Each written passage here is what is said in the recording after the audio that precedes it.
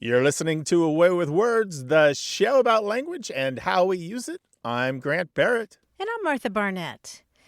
If you need an English word that means to lick a plate, and you might sometime, there is one. It's catillate, Catillate. It means to lick a plate, and it doesn't come from the word cat. It comes from a Latin word that means a small plate.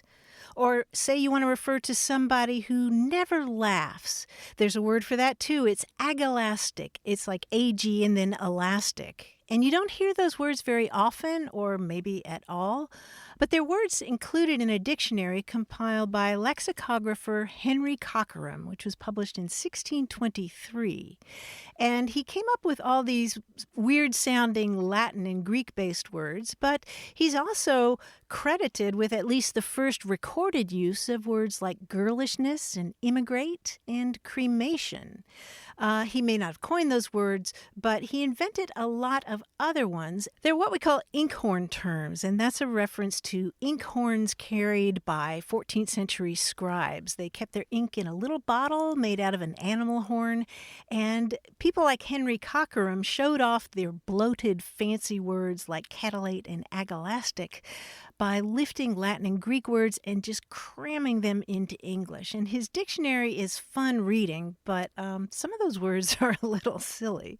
Yeah, there's one that makes the rounds on social media pretty regularly. That's latibulate, which is to hide yourself in a corner. Or as he writes I like it, that. privily, to hide oneself in a corner. I like that, privily. And that comes from the Latin word latibulum, which is a hiding place or a den.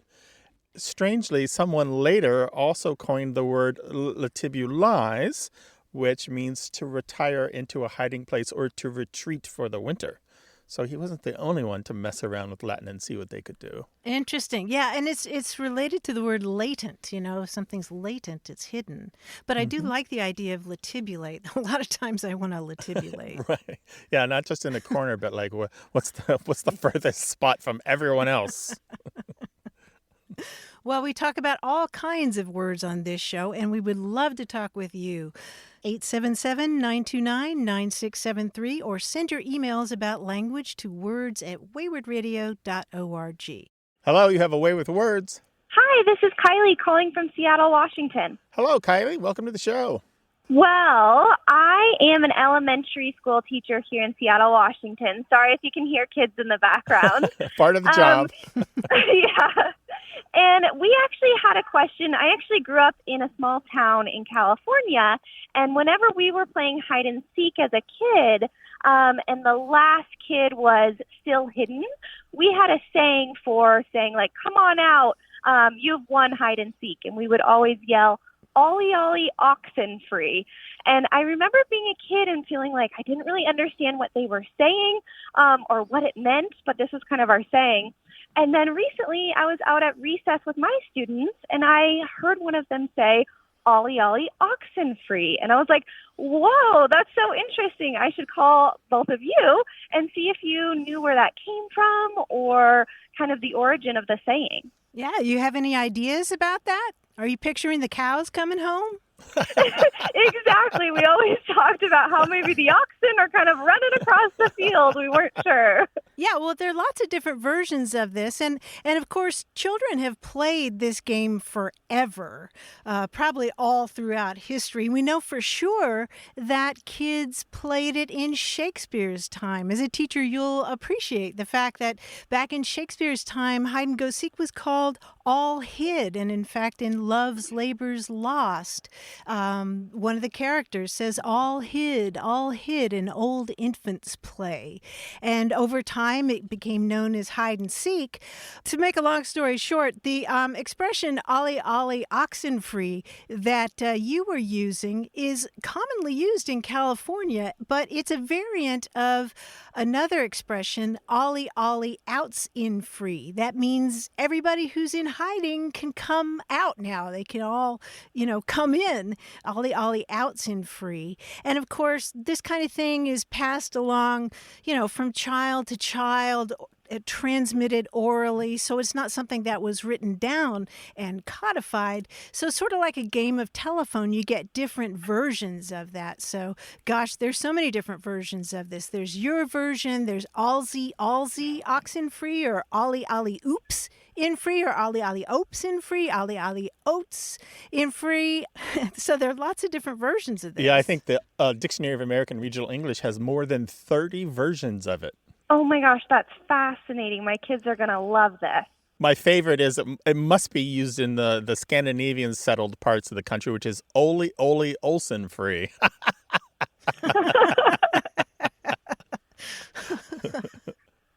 And your version fits very closely with what we see in the dictionary in terms of California. So it's interesting that it's up in Washington as well. So that's what your kids use? Yeah, and it was funny because we had a conversation about that. I was going to call both of you up. And another, I don't say that. I say ollie income free. Yeah, everyone's got their own thing, but that's the nature of this kind of folklore, this kind of stuff that gets transmitted across the generations. It's malleable, it's changeable, and I love it.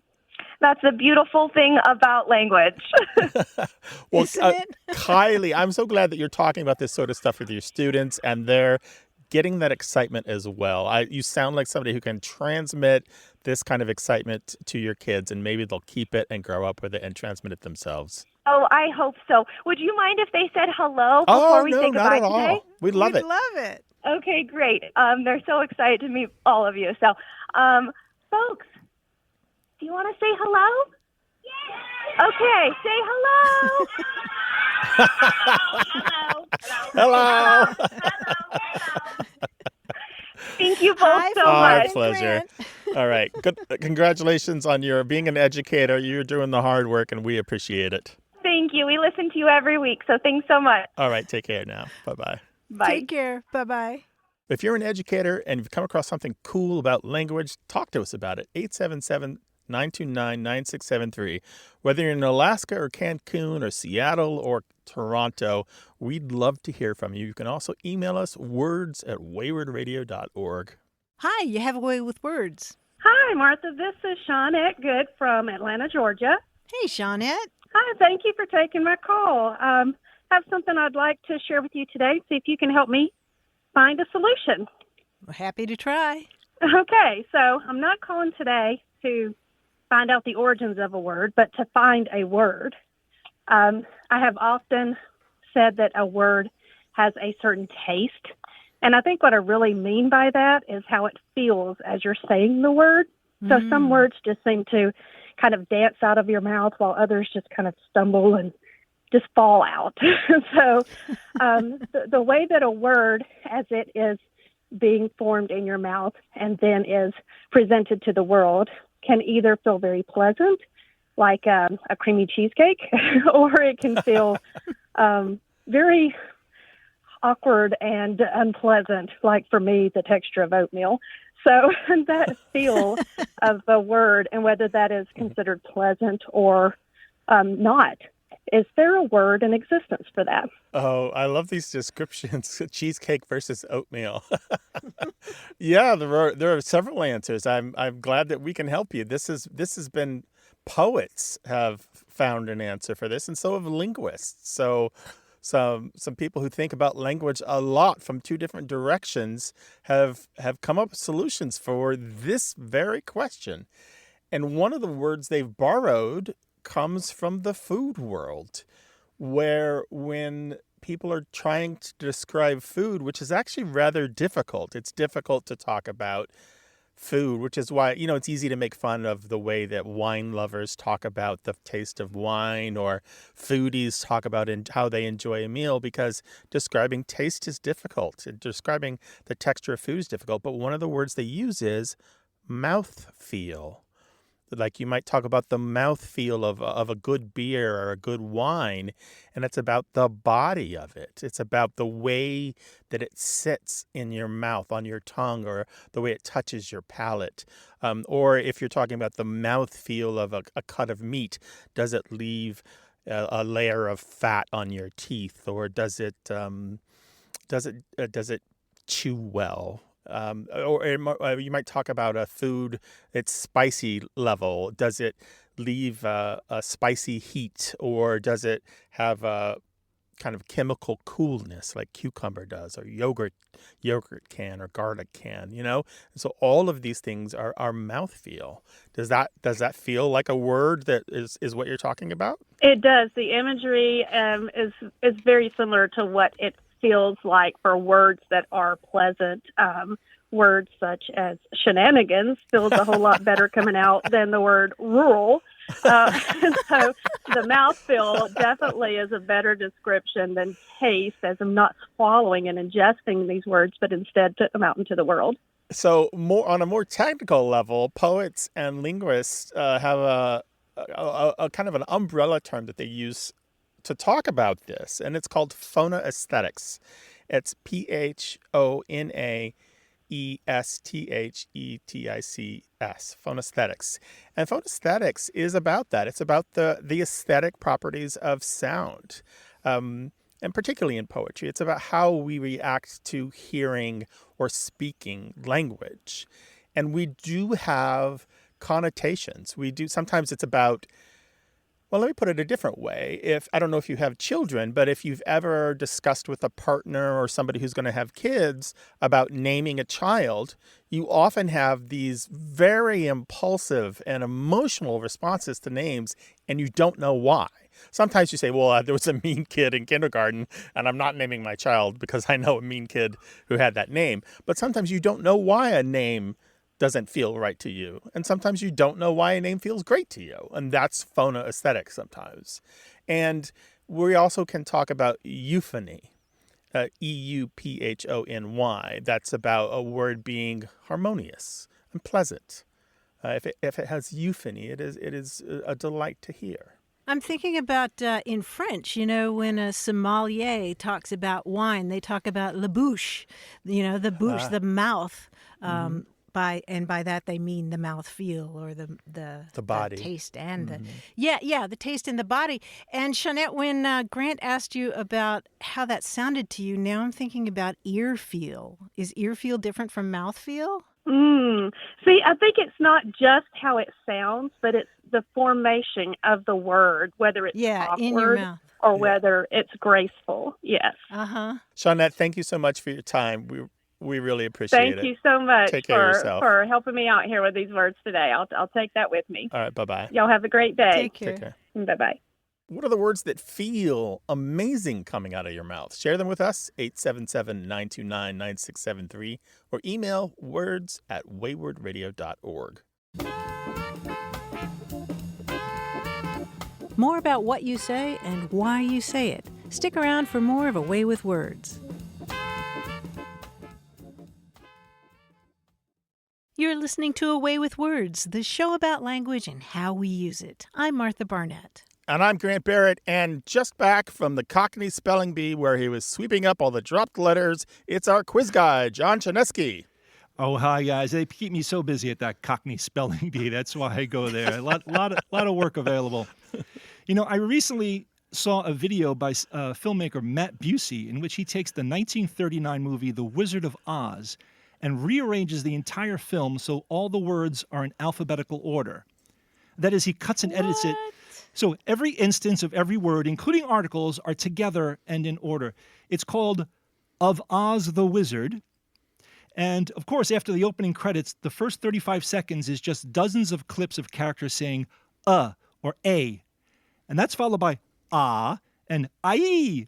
Until about 4 minutes and 45, we get about, followed by above. And this continues all the way through the movie till the last alphabetical word in The Wizard of Oz, when the Tin Man sings the word zipper. And of course, the final title card reads, and the. Alphabetical order, can you believe it? Naturally, I wondered what would happen if we were to unleash Matt Busey on other works of art, other movies, books, TV shows, and at least the titles, at least. For example, if the national anthem of the United States were organized the same way, the title would be Banner Star Spangled the. Got it? Mm-hmm. Alphabetical order. Good. I'll hint a work or a phrase, and you tell me the alphabetical title. You might need a pencil for this, though if you want to challenge yourself, do it in your head. We'll start easy with 3-word phrases. And yes, articles count, okay? Here we go. Okay. This 1967 Faye Dunaway Warren Beatty film classic about 2 bank robbers starts off the alphabetization pretty neatly. And Clyde Bonnie and Bonnie. Clyde. Martha said it non-alphabetized. What was it, Grant? And Bonnie Clyde. And Bonnie Clyde. Yes, A, B, C. Very good. Oh, we have to alphabetize the letters? The title, the words in the title. Oh, my gosh. Okay. All right. Now, if you're ever on the London Underground, you're likely to hear this warning to watch where you're going. Gap mind the. Gap mind the. Yes, gap mind the. Very good. Gap mind the. Prince plays all the instruments on this 1984 song, which was his very first Billboard #1 hit, and is alphabetically back to front. Cry doves win. Cry doves win. Very good. This is what it sounds like. Cry doves win. Very good. Let's move on to 4-word titles and phrases. This 1959 Billy Wilder comedy features Marilyn Monroe, Jack Lemmon, Tony Curtis, all wearing dresses. Its title responds to a statement about how jazz might be appreciated by a select few. Oh, let's see. Yeah. Hot it like some. Hot it like some. Yes, some like it hot. Very good. This 4-word rhyming phrase is often said to those on their way out. It prominently features a reptile. Oh, goodness. Okay. Alligator. Oh. Later, see you. Alligator, later, see you. See you later, alligator. Nicely done. You guys were fantastic. That was great. Oh, amazing, John, that was. I sound like Yoda. And we'll talk to you next time. Thank you so much. Really appreciate the quiz. Care take. Bye-bye. Join us in our mental workout here. Call us to talk about any aspect of language whatsoever. 877-929-9673. Hello, you have a way with words. Hello, this is Lorraine from Syracuse, New York. Hey, Lorraine, welcome to the show. What can we do for you? Well, thank you. I've been trying to break the habit myself of saying constantly. Now, it's a particular problem I have, but I've noticed it often with many other folks too. I was listening to an Ivy League professor speaking for half an hour on a radio show, and I counted 17 times that was used. So, if you have any suggestions about how I can stop saying automatically, then that would be great. I'll mention this too. I was concerned about the use of having said that. These are many unnecessary phrases that we use quite often. Having said that. So, do you have any suggestions about how to break the habit of many of these unnecessary phrases? Well, the best way to stop these, and they're called disfluencies, is to speak less. That's a great suggestion. I like that. But I just one thing I want to say to make you feel a little better is just know that everybody has these to one degree or another. We have these crutches that we rely on, these things that we say when we don't know quite what to say, these connectors maybe between thoughts that kind of fill the pause. And so just to relax a little bit, and that will help a little bit. But the best advice I've seen from everyone can be summarized in 3 main points. 1, be prepared by knowing your topic and what you're going to say. 2, don't speak a thought until it is fully formed. And 3, use pauses like you use words because they're just as important. And if you have to hold the floor with filler words, then you don't really know what you're going to say. So go back to point number 1, which is be prepared by knowing your topic and what you're going to say. So a lot of it is really about, even when it's not a formal moment, even if it's just a casual, chat in the grocery aisle, just take a second Just take a second. I think that take a second recommendation is a really good one. And it's an interesting exercise because, as Grant says, we all want to fill that space. In ancient art, it's called horror vacui, where every little bit of a surface is decorated with something. But you don't have to do that. You could... Boop. Yeah. There I go. I said, you heard Right. that? Right.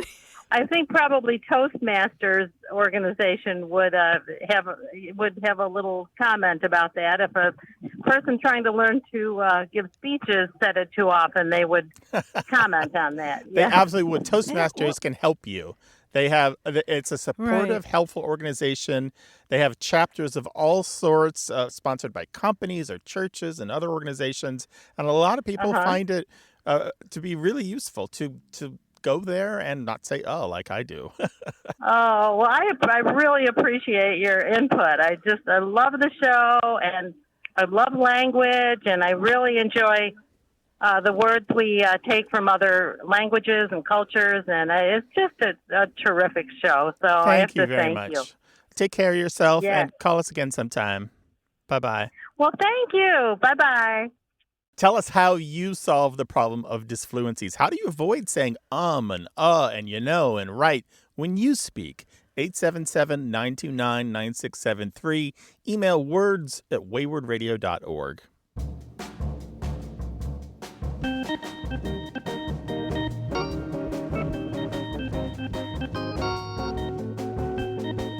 We heard from Paula Egan Wright in Cheyenne, Wyoming. She's a teacher, and she says, I always start my elementary music classes with a sharing circle.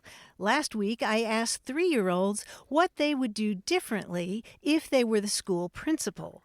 One little girl, wishing it were warmer, we're on the high prairie at 6,000 feet where it snows a lot, said she'd put in a sandy beach on the playground and the girls could all wear zucchinis. I'm imagining wearing them on your fingertips like you would, Yeah. put And waving little goodbye. holes in there and kind of like the hot dog fingers in that movie. Everything, everywhere, Right. all at once. You can take your zucchini fingers and dial us, 877-929-9673. Hello, you have a way with words. Hello, this is Gene Williams. I'm calling from the Badlands of South Dakota. Welcome to the show, Gene. What's Hi, up? Gene. Well, my grandmother used to have a saying that I was wondering what the origins of it were. Whenever we were talking about needing to get a drink or something, she always would say, well, cold water is the cup that cheers away the bowl. And my mother said she thought that had something to do with possibly the Women's Christians Temperance Union that my grandmother belonged to back in the early 20s or something. But anyway, that was the first thing. And then the second part of this question, I guess, is my wife. She doesn't when we go out, she usually wants to order water, and we've gotten into the habit of ordering a Blue Dolphin neat, and that's just water with no ice. And I was wondering if Blue Dolphin is something that is known as a non-alcoholic, just water, if that is a common phrase that is used throughout the country or not. Well, let's address that last one first. I don't know that, and I don't think that's in any of my slang dictionaries, but it's possible. Is Blue Dolphin a brand of water, perhaps? I know there are a bunch of slang terms for water, like windmill cocktail or city coke or fish broth or Adam's ale. You could say, give me one on the city, meaning city water. Neptune's daughter. Those are all those, and there's probably more that I'm forgetting. But I've never heard Blue Dolphin neat. That's a good one. I'll have to add that to my list. Blue Dolphin I haven't heard neat. that Well, either. And so you pop into a restaurant and ask for a Blue Dolphin neat, and they know what you're talking about? Yeah, that's the question. quite a few of the establishments that we go to, they do seem to know. Maybe they just pick up on the idea that it's that looks like probably what they want or something. Okay, So yeah, clever. I don't know, but And so the other expression, this was your grandmother, and she would say, what was it now? she would say, "Cold water is the cup that cheers, away, away the bowl." I think your mother was right. That is exactly part of a temperance saying. The temperance movement had a number of rhymes and songs, and that last part in particular, "away the bowl," has belonged to rhymes and songs that have been used since at least the 1830s to talk about giving up alcohol. There was one, for example, from 1837. I'll just read a couple lines to you.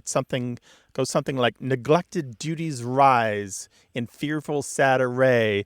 Up to its brim I will be wise. I've cast the bowl away." And the bowl here means the drinking bowl. The bowl had, a long time ago, many centuries ago, came to stand for its contents, and it almost always referred to alcoholic contents, or even in a larger context, the revelry and the hijinks that would ensue when you got drunk or tipsy from drinking the contents of that bowl. What's funny is I'm looking at the sheet music for that last one that you mentioned, Yeah. and it looks like a drinking song. Oh, Cold water is the cup that away, away the bowl.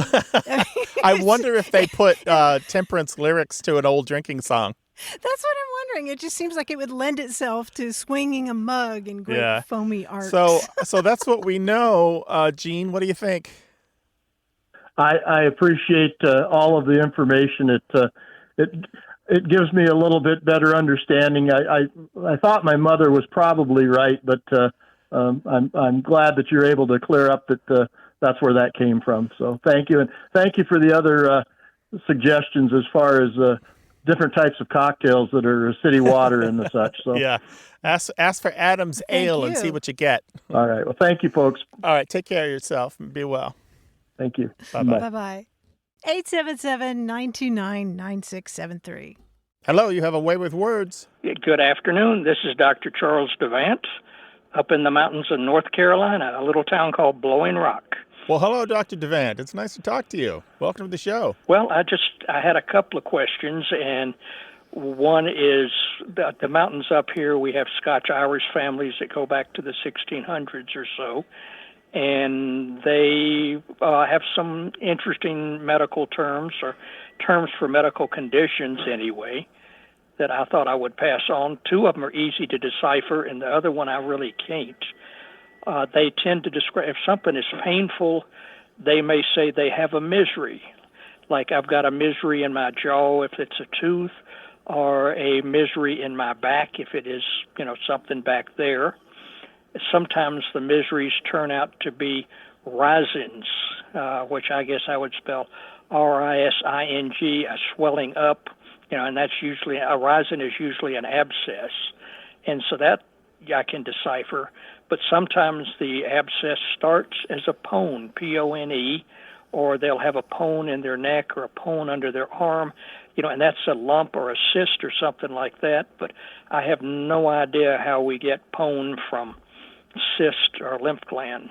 Oh, I'm so glad you asked about this because it's really interesting. The word pone, in terms of a rising or a swelling, comes from a Native American language. It comes from a similar sounding word in Virginia Algonquian language, and the word translates as something like bread or baked. And so it's like, corn pone. It's shaped sort of like a little loaf. Okay, that makes sense. And I'm interested, too, that you brought up the expression rising. We once had a call from a doctor in Alabama who said that he had a patient who said, "I got a rising in my leader." Did you ever have anybody say that? Very similar, yeah. They'll come in and, any place that you've got a cyst, be it on your back or your rear end or something, it swells up and they'll describe it as a rising. And usually a rising will get drained. Well, you must hear some wonderful language in that part of the country. Oh, we have fun anyway, for sure. Yeah. Up here in the mountains, we tend to append A, the letter A, particularly to verbs. Mm-hmm. You know, the song "She'll Be Coming Round the Mountain" is frequently sung as "She'll be a-coming around the mountain." Mm-hmm. Or people will say he must have been a-going 90 miles an hour when he hit the tree. Or the neighbors had a party the other night and they were a-hootin' and a-hollerin' until 3 o'clock in the morning. What part of speech is that little A that gets tucked onto things? Well, it used to be a preposition like at, at, or on, on, but it resolved over the centuries into just a, and the American dialects that use it got it from much earlier British varieties of English. And so in the past, you might have said, I'm at going. And I know that sounds weird, but it means you are continuously going. It's about the progressive form of the verb. This is something that is ongoing. You can also use it to form what are called adverbial complements by affixing the to an adjective. And it's it used to be more common, but it is really rapidly disappearing. And it was formerly used throughout Appalachia and the U.S. South by both whites and blacks, but it's becoming something of a historical artifact at this point. Yeah, up here, occasionally people will still say they are afeared of something instead of afraid of something. Mm-hmm. So, and we are in the Appalachian Mountains, so that makes good sense. Doctor, we want to thank you so much for sharing these stories with us. We really appreciate it. And think of us next time you're hiking in the mountains. I will think of you every time. Take care. All right, you be well now. Well, unless you got a rising in your leader, you can give us a call. Reach for that telephone, 877-929-9673. It's toll free in the mountains of North Carolina and all over Canada and the United States.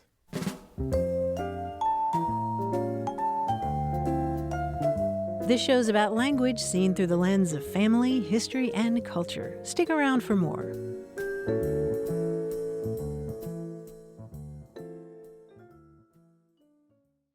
You're listening to Away with Words, the show about language and how we use it. I'm Grant Barrett. And I'm Martha Barnett. Werner Herzog, the acclaimed German filmmaker, is known for such documentaries as Grizzly Man, which was about a conservationist who spent time with bears in the wild. And Herzog's new memoir has a title that's every bit as idiosyncratic as his career. It's called Every Man for Himself and God Against All. And this memoir is striking to me in that Herzog is somebody who becomes deeply passionate about lots of weird esoteric subjects, like, for example, a guy who would spend his time with grizzly bears. And when Herzog gets passionate about a topic, he simply goes out and makes a movie about it. For example, when he becomes obsessed with the question of how you might transport a steamship up a hill in the Peruvian jungle, that becomes his movie Fitzgeraldo. Herzog is also fascinated with what he calls the limits of language, and you can see that in his 1976 documentary, which is about how fast auctioneers can talk. It's called How Much Wood Would a Woodchuck Chuck, and you can find it on YouTube. It's less than an hour long, but it's pretty interesting. But I bring this up because Herzog is also passionate about the Oxford English Dictionary. He calls it one of mankind's greatest cultural achievements. And he writes, "For me, it is the book of books, the one I would take to a desert island. It is inexhaustible, a miracle." And he goes on to describe a visit with Oliver Sacks. That's the neurologist and author of Awakenings and the man who mistook his wife for a hat. And I think anybody who loves words will appreciate this part. He writes, "The first time I visited Oliver Sacks on Ward's Island, northeast of Manhattan, I had mislaid the house number, but knew the name of the little street. It was evening, wintertime. The slightly sloping street was icy. I parked and tiptoed along the icy pavement, looking into every lit-up home. None of the windows had curtains. Through one window, I saw a man sprawled on a sofa with one of the hefty volumes of the OED propped on his chest. I knew that had to be him, and so it was. Our first subject was the dictionary. For him as well, it was the book of books. Isn't that lovely? That's amazing. First of all, that is totally a New York pastime. Werner Herzog is a New Yorker at heart because that's what you do in the evenings. You kind of peek in windows just to see what your neighbors are like. Oh, I thought you meant reading the OED. But yeah, and also having weird neighbors. Yes, that's also very New York. But yeah, that kind of understanding that a dictionary is an encapsulation of the human experience. That's a truth.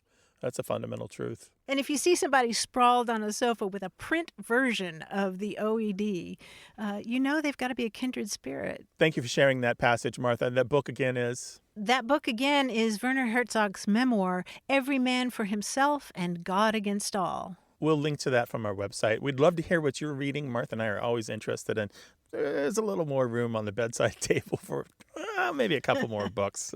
877-929-9673. Email words@waywardradio.org. Hello, you have a way with words. Hi there. This is Skip in Gainesville, Florida. Hello, Skip. Welcome to the show. Well, thank you.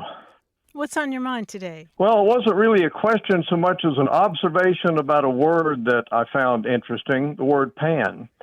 That started years ago when I used to crew on sailboats and was sitting around with some other sailors, and we were discussing radio protocols. And I'm sure everyone knows Mayday, Mayday, which is the urgent call. But there's also two other radio calls that are of a lower grade urgency. Securite, which is just announcing some danger or risk people should look out for. But then the other one is pan, done three times, pan, pan, pan. Well, the discussion was, is it pronounced pan, pan, pan, or pon, pon, pon? The group that said pon said this is derived from the French word pon, which means breakdown.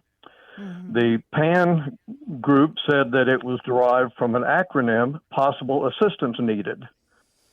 So, we discussed that for a while and noticed that the Coast Guard usually said pon. But then we started talking about the word and how many different meanings that we could think of for the word pan. Obviously, the cooking utensil and any similar pan type thing, like a pan on a set of scales, or a pan for gold, or in an old flintlock, there was a pan for the powder. But then also to pan as in you criticize or not like a movie. And then from video, when you're sweeping a camera horizontally, like a panorama. And then an all-inclusive term like Pan-American. And then, of course, there's the God pan. And I think we found a few more. So, wondered if you had any, additional meanings for the word pan. Yeah, I mean, everything you said right. is right about pan, pan, pan, or pon, pon, pon. I've heard it pronounced both ways, but you're right that it does come from a French word pon that means a breakdown or a mechanical failure. And you're right that it's a call of urgency, but not distress. Like you're lost or you need help and it's an urgent situation, but there's no immediate danger to anybody or to the craft you're on. And then let's see, you mentioned the pan on a flintlock. That gives us flash in the pan. Did you know that? If a flintlock misfires. Ah, yes. Yeah, the little pan on a flintlock is where you put your gunpowder. And so if there's a flash in the pan, it just flashes, but it doesn't actually fire. And then let's see, what were the other pans you mentioned? There's frying pan, which comes from a really, really old word that just means something like iron vessel, as far as we know. It's way back there in the mists of history. And what's interesting is that if you're panning a show, like a theatrical production, apparently that comes from the idea of putting somebody on the pan, like putting them on a frying pan. You've put them on the frying pan and then you roast them.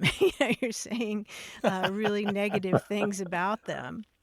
And then let's see, you mentioned panorama comes from Greek words that mean all sight or all spectacle. And the pan in panorama is not related to the god Pan. He was a satyr that carried on in the woods and fields and in ancient Greece. And he caused a lot of mysterious sounds, playing his flute and things like that. And Pan caused a lot of fear with these mysterious noises, and that's where we get panic. If you're panicking with something, panicking about something. Oh, really? Wow, so many origins for similar words. It's quite interesting. And what about the term, like when it's used in an all-inclusive, like Pan-American, which is across America? Right, that's the same idea. That comes from a Greek stem, pan, that means all. So panorama is all vision or all sight, and Pan-American or Pan-African, it's the whole continent or the whole set of continents. Well, it was, we had a fun discussion. We sat around for quite a while talking about pan, and kind of remember that evening from many years ago. And it was a fascinating word. Skip, I want to leave you with one more fact before you go. The original thing we talked about, the pon or pan, that en panne, which means out of service or malfunctioning in French, originally came from sailing. The pan was a part of a sail in the 16th century. So the pan originally did refer to ships in distress, and then later in French referred to anything in distress, and then later referred to anything malfunctioning or out of service. So it's got a long history, but started in sailing, and here we are still using it for sailing. You got to call us again sometime, Skip. Well, great. I can pick up a few more. I love playing with the English language. It's so fascinating. Really? I love your show. Thank you very much. Take care of yourself. Thanks for calling. Bye-bye. Thank you. Bye now. Well, you've been sitting around with your friends talking about this word and that, and it's time to call us and talk with us about it. 877-929-9673, or send those emails to words@waywardradio.org.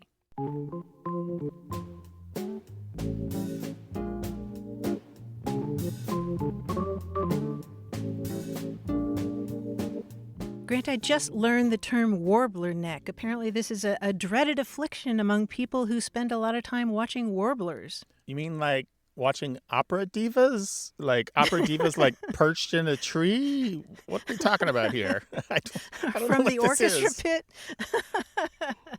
No, warblers, the birds, tend to spend a lot of time up in the treetops. And I learned that from a wonderful book called Better Living Through Birding, Notes from a Black Man in the Natural World. It's by Christian Cooper, who now has a TV show about birding. Oh, that sounds so good. I love birding. Birding is fantastic. It always rewards you. And apparently linguistically rewards you as well. Very much so. And I think you would love this book because he's so passionate about his topic. I mean, he's passionate about other things like Marvel Comics and his history of gay activism, but also bird watching. And I've learned so much. And I actually walk around the world differently because I listen for birds in a way that I never did before. 877-929-9673. Hello, you have a way with words. Hi, Martha. This is Mary Schaefer in Newark, Delaware. Well, listen, I was watching the movie Maestro about Leonard Bernstein, and I noticed in one scene, the Leonard Bernstein character said, "I misread the room." And I'm like, wait a second. I have not heard read the room until, I'm just guessing, like 10 years. But I even looked it up. That scene was set in the 60s. And I'm like, did they do that on purpose? Did read the room? Has it been around longer than I thought? And so I thought I would ask. So set the scene for us in the movie. It's Leonard Bernstein, the composer and conductor. It's the 1960s. What is happening in the scene? Yeah, he and his wife are talking about a crucial issue. It looks like maybe like a country home, and they're by the pool. And they're talking about this issue, and he just said, "I misread the room." Sort of regrettably, and meaning I misunderstood the situation, or I misread the situation. Gotcha. Yeah. So there was something happening there, and he didn't intuit what was going on. He did not perceive the realities. Well, he claimed he did not. He I'll put claimed it that way. He claimed he did not. We'll take his word for it. And Yeah. so for you to read the room means to be able to look at a situation and understand what's going on. Right. Okay. And your concern is that the screenwriters maybe put modern words in his mouth that he couldn't have said. I don't know. It made me think about it because I've noticed it in other situations in books or films where they said something and I'm like, I don't think that fits this era. And so it just made me ask. So my question for you is, in an enterprise which is all about faking reality, which is Hollywood, why are you expecting accurate historical language? No kidding. Well, I did consider, maybe they're making it, relatable or approachable for, the current audience. Right. Right. Yeah. But it did make me wonder about Read the Room and how long it's been around. And Yeah. So it's just an excuse to get on the horn with Martha and Grant, right? Yeah. Yeah, it's a fair question. So let's put a picture on this then. So Read the Room exactly at least goes back to 1973 to put an exact date on it. But there's a but there, which is there are other things that you can read that are like rooms. For example, you could read an audience as far back as 1899. With exactly that same connotation. The Oxford English Dictionary has a definition which it's in the particular stuffiness of the Oxford English Dictionary, it goes, to assess precisely any indications or clues given out by a location, situation, etc., in order to decide on a course of action, basically to read a room. Right. So, and their earliest dates go back to the 1920s. But like I said, I found it to read an audience go back to 1899, and it's always about performers. Or singers or musicians or speakers, comedians, those kinds of people, their ability to get in front of a crowd and figure out the mood or temperament of the crowd. And I feel like that's the same idea as Read the Room, even if we're not using exactly the same language as Read the Room. Right. So the question is, do you insist on it be exactly the same word for word Read the Room? Do I insist? Yeah, you personally, Mary. No, I don't. I just really wanted someone to talk to about this. Oh, here we are. And here you are. Yeah. No, I'm okay with that. I just wanted to see what somebody else who would know what I was talking about, what they thought about it. So the other thing to say is when lexicographers, that's people who compile and edit dictionaries, look at language, and we find in first use of a term, say 1973 in this case, we can pretty much bet we haven't found the first use. We suspect every time that there's an earlier use out there that it's simply either A, we haven't found it yet, or B, we'll never find it, but it probably existed and is now missing. And you can pretty much assume that you could stretch it out 10 years earlier. So, to answer your original question, could Leonard Bernstein in the 1960s have said, I misread the room? If I found a citation from 1973, then the answer is yes. Yeah. I'll go with that. That's reasonable to me. Anyway, Mary, thank you so much for your call. Call us again sometime. Bye-bye. Thank you. Bye-bye. Did you see something in a book or a movie and you just can't stop thinking about that particular word or phrase? Give us a call and talk about it. 877-929-9673 or send us an email. The address is words@waywardradio.org.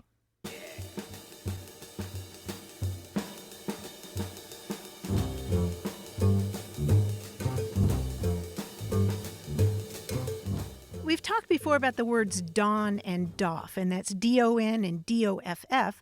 Those are what firefighters do with their equipment. And we don our gay apparel in the Christmas Carol. Right, and those words come from do on and do off. But I recently learned that there's also the word dout, D-O-U-T. And you use the word dout when you're talking about putting out a fire. Oh, so you do out. Yes. You doubt it or you doubt it out. You hear that particularly in Wyoming. How about that? That's a new one for me. I love it that there's a set of these 3 words that are constructed the same way. There's something really pleasing about having that set. It's kind of like salt shaker, pepper shaker, and then, I don't know, cinnamon sugar shaker. If you come across a really pleasing set of words, share them with us. 877-929-9673, toll free, United States and Canada. Our team includes senior producer Stephanie Levine, engineer and editor Tim Felton, and quiz guy John Chinesky.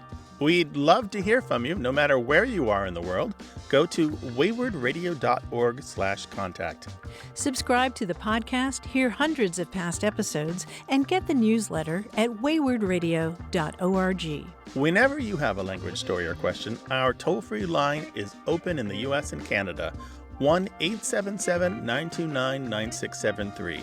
Or send your thoughts to words@waywardradio.org. A Way with Words is an independent production of Wayward Inc., a nonprofit supported by listeners and organizations who are changing the way the world talks about language. Special thanks to Michael Breslauer, Josh Eccles, Claire Grotting, Bruce Rogo, Rick Seidenworm, and Betty Willis. Thanks for listening. I'm Martha Barnett.